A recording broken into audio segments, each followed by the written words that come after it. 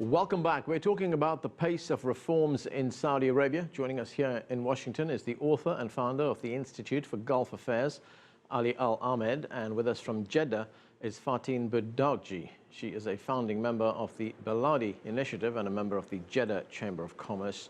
She's worked to empower Saudi women. She currently serves as the president of a management consulting firm. Thanks to both of you for joining us. Fatin, let me start with you. There is an organization called Equality Now, an international organization which advocates for the human rights of women and girls. And it says that the decision to allow women to vote in municipal elections in Saudi Arabia is a modest sign of progress in a country that is still a world away from genuine equality. So the question is, how significant is it that women in Saudi Arabia will now be allowed to vote in local elections? You know, what usually seems slow for the rest of the world is, in fact, radical progression in the Saudi context. Just up until 3 years ago, I don't think anybody would have thought that women would be holding a 30% seat in the House of Parliament, which is the Majlis al-Shura, nor would they be having equal opportunity to run for elections as voters or as candidates. So I think this has been an immense step towards the empowerment of society in general and women in particular. Let me tell you something. Things, like I said, may seem modest to the rest of the world, but to us, I think that there are a lot of things that you have to take into consideration regarding the culture of Saudi Arabia and the cultural complexity of the pluralism that exists in the country. Women have been, you know, at the seat of reform demands for a very long time. If we're talking about the municipal elections, which started 10 years ago, which was the first time for men, and you know, women were already starting to have their equal share of being contributors to this event. And ever since then, you know, I have been very fortunate to be a founding member of Balady campaign. We've been asking for it. We've been creating awareness on the issue, and there has been like a tug of war, a tug of conflict of ideologies between, you know, those who want it and those who don't. But luckily, through royal dictate, you know, a red line has been drawn, and now we're part of this event. If you're talking about how you know, like humble it is not. We are talking today to date, we have a list of over 1,700,000 citizens, men and women, 20% of which are women, who are now registered voters, who will have a say on how their local communities will be managed and organized. I mean, this is huge, because here you're empowering the core. You have people who will be manning over, we will have at least 3,000 members to over 248 city councils, kingdom-wide, in cities, in towns, in smaller villages. And so, you know, regardless of what people think that how small this is, I think this is a huge step forward, which will have significant impact. Okay, Ali, what do you make of the Saudi king's reforms? I mean, here we have a situation where women can now vote in local elections. They still can't drive, but they can vote. Well, I think this is, it's very typical of the Saudi government, you know, providing or describing something that's really empty as a huge step and so-called reform. The decision to allow women to vote and participate into powerless councils is not a step forward, because these councils have no power. They have what the Saudi government call it the authority of record, meaning that they can record and suggest to the government. They have no authority whatsoever over the local decisions. Parliament has an authority, has the power of the purse. The Saudi council is an advisory council that has no authority to legislate or to initiate legislation or to sign treaties or whatever and ratify anything. So these really decorative councils are basically for the outside world to say, well, we are moving forward.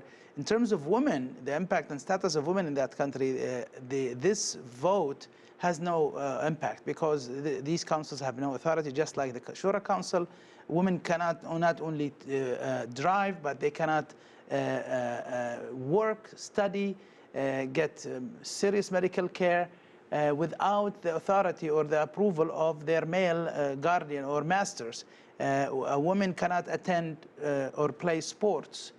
Physical education, which is critically important to the women's health, is not allowed in that country. Not a single Saudi government school that allows children who are 6 and 8 to play to have physical education classes through university. So really, there is no relationship between this step and the status of women who remain to be basically a property of their male guardians. All right, let me ask Fatin for her response to that. Well, Fatin, you heard a whole load of criticisms about what the Saudi government is doing right now. Yes, okay. I have to say that I'm speaking from the ground, okay? I don't know where Mr. Ali is, but it seems he's a bit disconnected from the actual happenings of the country. If he says that these elections are empty and that these councils have no power, let me tell you something. Let me go back a bit in history. The first time in 2005 when they were formed, we had over 700,000 people who registered. There was a lot of hope about how these councils would operate. True, okay, they were more or less handicapped because they didn't have much power. And so what happened in the second elections, we had a lesser voter turnout, like around 400,000. This time around, we have much more. Why? Because the whole process has been reformed. Whereas previously, and he says it's partial, it is partial. It always has to be partial. Let me tell you something. You have to understand the chemical makeup of the Arab communities. If we had full elections, we won't have a diverse group coming into whatever organization or institution is being managed. You will have a select few because of the allegiance that is owed to families and tribes. So having the decision to appoint candidates is critical, because the nature of our chemistry here in the Arab world necessitates it. But the councils, whereas before they had no power, today they are autonomous. They have their own budgets. They report directly to the Minister of Urban Affairs. They have total power over monitoring, controlling, approving budgets. They have increased the numbers of council members from 14 in the large cities to 30, which is, which includes more people to manage it. They have reduced the number of partial appointees to 1/3 instead of half.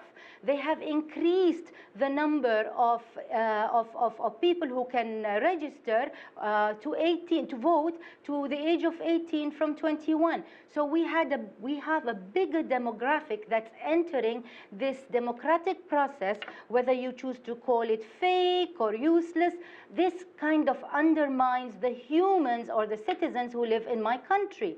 You know, are you saying or assuming that Saudi Arabia, the people there, are you undermining our intelligence? So I think it's offensive what was just said. Okay.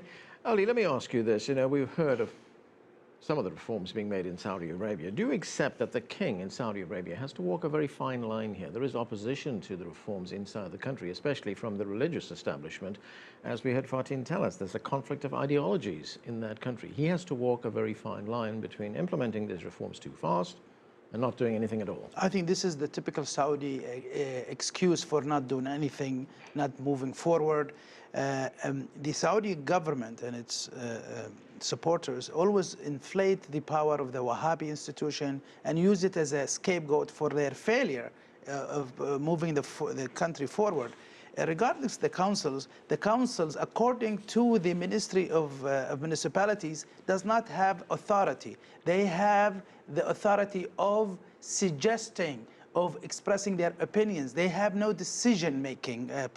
Even in the new, they can make recommendations. They can recommendations. I just wanted to bring up something that is very interesting, because I know that country very well. Okay, very, very well. Maybe sometimes more than people who live inside. I want to ask this question: can candidates in these elections use their photos in their campaigns? No. This is the Saudi decision. This is the first ever election around the world where candidates cannot use their photos in their campaigns. That shows you that really this is just a fake. It came as a response to pressures from some Western countries and criticism. It's not really an attempt to empower the people and allow them to make decisions on painting the curb line or making some municipal decisions. The Saudi government does not want the people to be part of the decision making. This is very clear. This issue that our people are backward, this is offensive. That we are stupid. We cannot handle elections. That's, you know, African countries can handle elections. We can handle elections. It's not really something that is outrageous that we can do.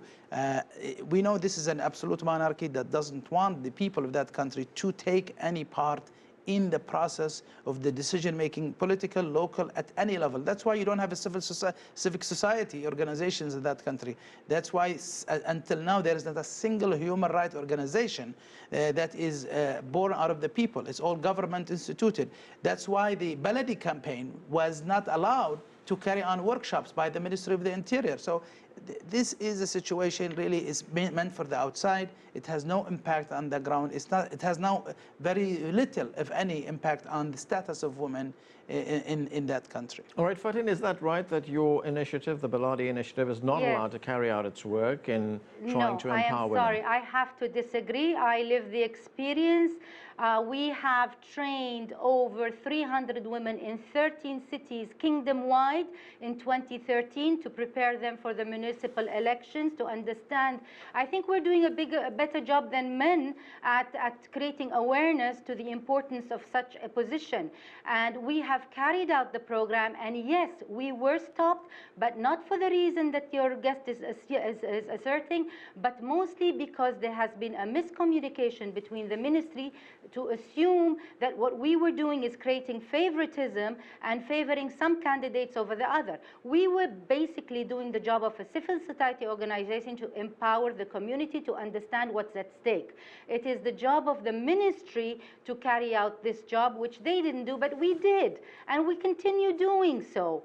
They stopped us to do it officially, but we're creating awareness in neighborhoods, and we're moving on. But I want to just tell you something regarding the photos. Now, I am a live example, and you can go and check my websites, and I can even send you a proof of what I just am saying, is that I ran for elections for the Jeddah Chamber of Commerce, and we have 50,000 constituents.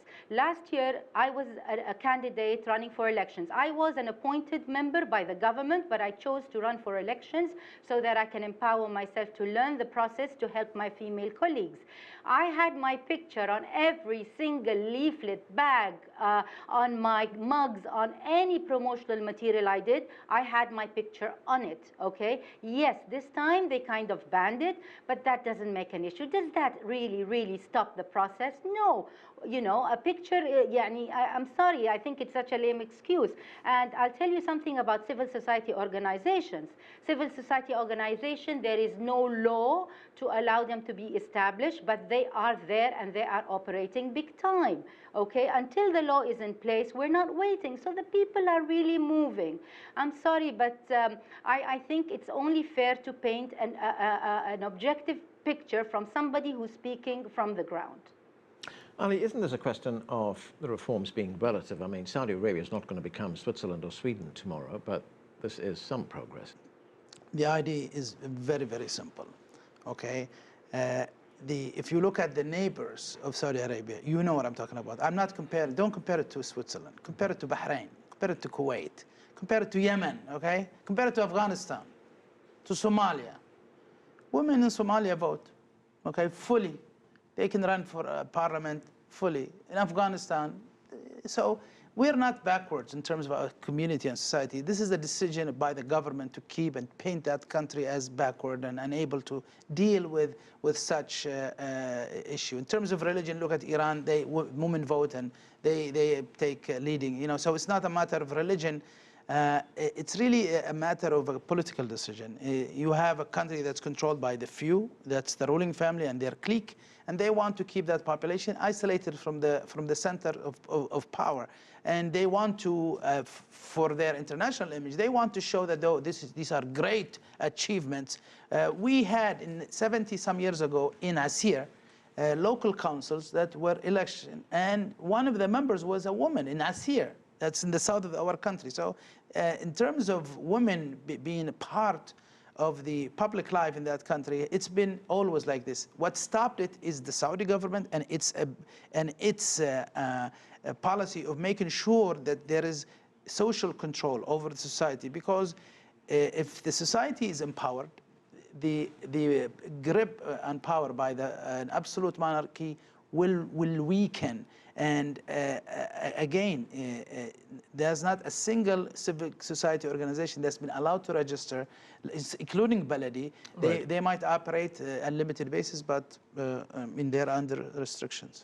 And that's where we have to leave it. Ali Ahmed and Fatin Bundagji, thanks to both of you for joining us.